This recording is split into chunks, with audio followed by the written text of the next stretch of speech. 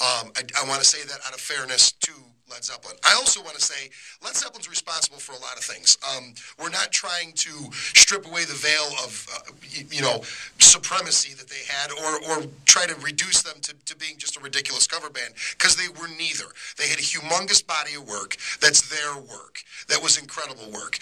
It was not uncommon in the beginning, at that time, for artists to do albums of covers. I mean, the Beatles did it, the Stones did it. They just credited them properly, and it's a question of crediting. And I'd also like to give people this as something to think about. They were young kids. These were young kids that ruled the world in a short period of time. We've all been young kids. I think I would go along with a lie if you gave me a jet. Do you agree? Well, absolutely. I mean, so there are extenuating circumstances to what might be the real story, which we'll never be able to get to the bottom of. But a couple of the things that Zeppelin did do, and then we're going to have some closing thoughts. Zeppelin, they changed the way that artists were thought of, as far as multiple different ways. One, it used to be in the old days that a promoter hired you, you were hired, the promoter kept lion's share of the money, you got a pittance. Zeppelin said, no. This is the way we're going to do it. You're going to pay us 90%. We're going to pay you 10%. You're covering our expenses, and by the way, you're paying us in cash. Here's Peter Grant, our 6'5" manager. You talk to him. So that changed a lot of things for artists. It really helped artists. Also, it's my opinion, and this is just my opinion. They did not release a lot of stuff on singles.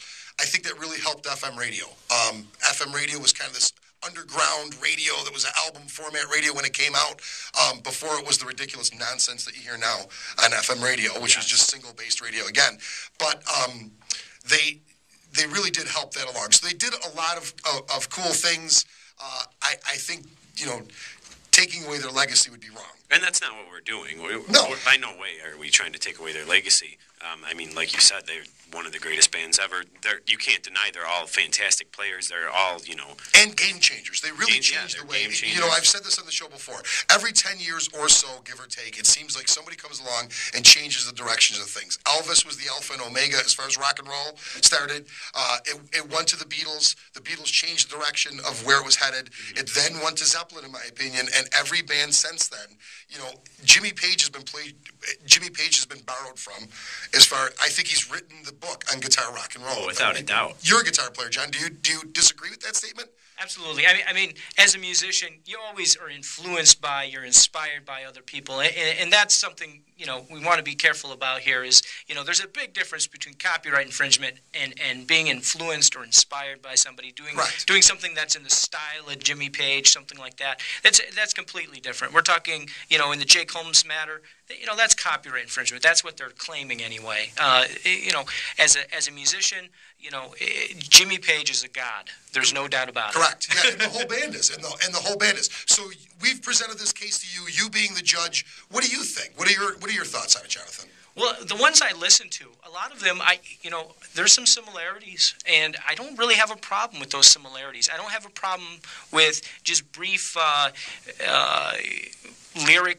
lyrics that are similar or even copied, even if they're short passages, things like that. But when you take the song as a whole and it's substantially similar, and that's what the courts are concerned with. If you take something and you copy it, that's what's wrong. And in listening, and again, I'm not a musicologist, I'm not an expert, I haven't looked at the sheet music, anything like that. Correct. But this Jake Holmes case, that song sounds an awful lot like the Led Zeppelin song. It does, yeah. It does. I mean, and the fact that that's probably the one that bothers me the most, because Jimmy Page went to such great lengths not to let the Yardbirds live version of it be released, which eventually it's been released, but and the fact that the Yardbirds, we had talked about this too, right? In 2003, the Yardbirds are now attributing it to performing it live. There's a live performance of them, and they're attributing it to Jake Holmes, a proper writer. So that one's disturbing. How do you think that case is going to go? It's going to be hard for Jake too, though. I mean,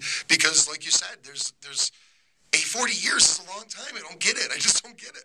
Yeah, well, it will be a hard case. It will be a hard-fought case. I'm sure both sides are lining up experts right now, musicologists who are going to sit there and analyze note by note, and you're going to have one expert that's going to say, oh, gee, it's substantially different. You're going to have the other expert who's going to say, gee, this is exactly the same. And you know what? At the end of the day, it's going to be a judge and or a jury that's really going to make that decision. They're going to sit down, they're going to listen to both arguments, and eventually there's going to be a result. And the jury or the judge really is going to have to sit there and really look at this and determine, gee, the title is the same, is the melody the same, is the arrangement the same. All those factors will be dancing in their heads while they make that determination. And once again, just because a lawsuit is brought up doesn't mean that the party is guilty. Oh, absolutely not.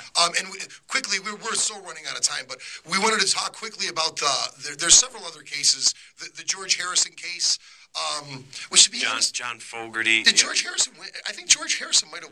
No, George Harrison lost that case. Did he lose that case? Yeah. Okay. Yeah. The interesting thing about that case is that I believe it might have been a bench trial, so I believe it was a judge.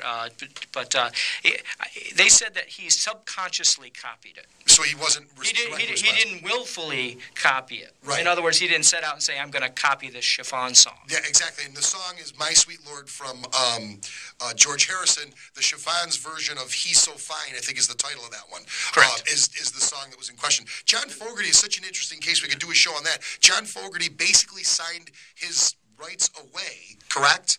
That's what I understand, yes. He assigned his rights or assigned his previous songs over to the record company. He left, started doing solo albums, and his old record company came forward and said, hey, one of your songs on your new album is infringing your old catalog or one of your old songs. Which is bizarre because he wrote both of them, but didn't he no longer plagiarized himself. He plagiarized himself. Or that's what they accused him of. He didn't own it anymore. But, I mean, there's been a lot of artists that, this has come up with or people have pointed things out.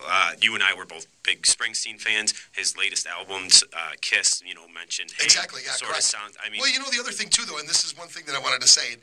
Josh and I are both. We're obviously very close. We goof around all the time.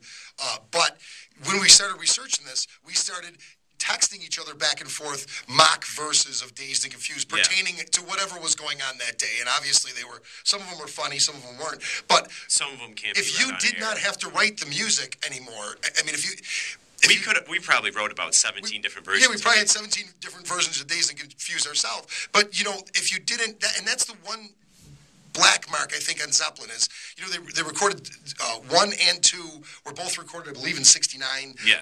Zeppelin 4 came out in '72, so they just had this breakneck speed of recording these fantastic songs. Well, you know what? If you're just kind of tweaking somebody else's songs, it's a little easier than... Sure, and I read online, and who knows if it's true, I understand Led Zeppelin 1 was recorded in 30 hours. Yeah. So, if no one's watching what's going on, it's really easy probably to borrow a little bit. Yeah, it's a great cover album. Once again, folks, if you want, you can go to hearditonthex.show.com, hearditonthexradioshow.com. Also, Led Zeppelin is still one of the greatest bands ever. Together.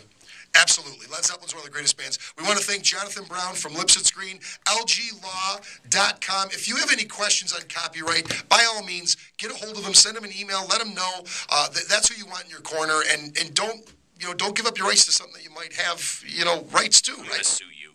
Sue me all you want. I don't know what for, but I'm going to sue you. On behalf of Matt, the lovely Kim Marie, the Dr. Joshua, Jonathan, and myself, I want to wish everybody a very, very Merry Christmas. And we'll see you next week, folks. Remember, if you heard it on the X.